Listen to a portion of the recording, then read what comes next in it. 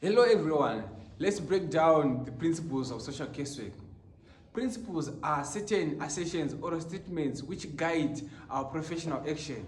In social casework practices, these principles are here as follows. Principle of acceptance. Acceptance implies liking the client irrespective of his negative qualities and conduct. It is an expression of goodwill towards the client. It is conveying deep concern and active understanding to the client who is liked by the worker in spite of his problem. Maybe the behavior that he have is hated or punished by the society, but you as a worker, you don't have to judge them upon that behavior, so upon all their problems that they are facing. You have to accept them as they are.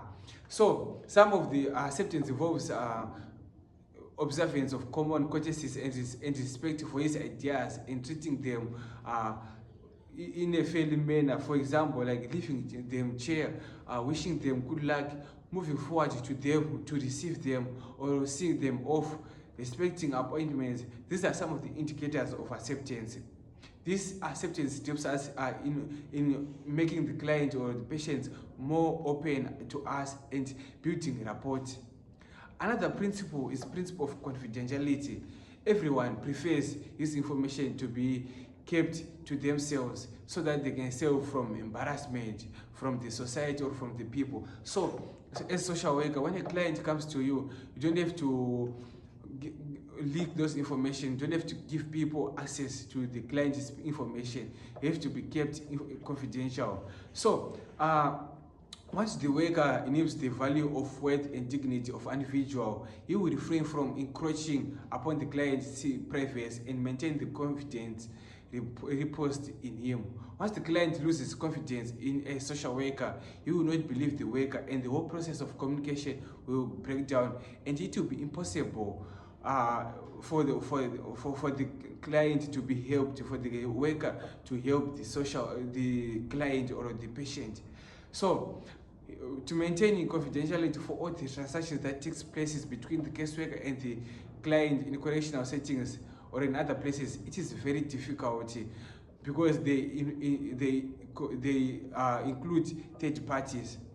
So concept of confidentiality differs with different countries and cultures. For example, Western societies, they adjust to it more than in societies like Asian countries like Japan, China, and India.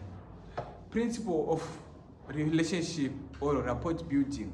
Relationship is the medium to which anyone, to help anyone. Relationship has to be positive, to be effective. No relationship, no communication. No relationship, no help. Relationship is an emotional bond which works as a transmitting belt within the concerned parties.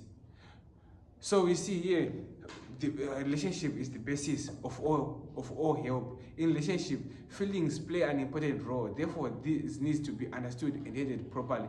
When a client and the worker have a better communication, a better relationship, they will help. The process will be more easy, will be more effective, hence effectively solving the problem of the client.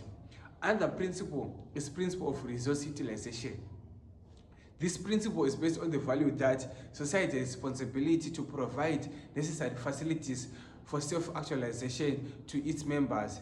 Services are provided to the individual in recognition of his contribution to the society. So here we see maybe it's the government. The government has to take care of the members, of its members, providing them maybe health services. For example, especially to those who are not cared by anyone, like orphans, destitute, handicapped. Therefore, all the personal resources available within the community, the agency, and all those like institutions with the relatives of the client should be utilized to help the client. Resources here may be in terms of money, national material, power, influence, talents, and capabilities or skills.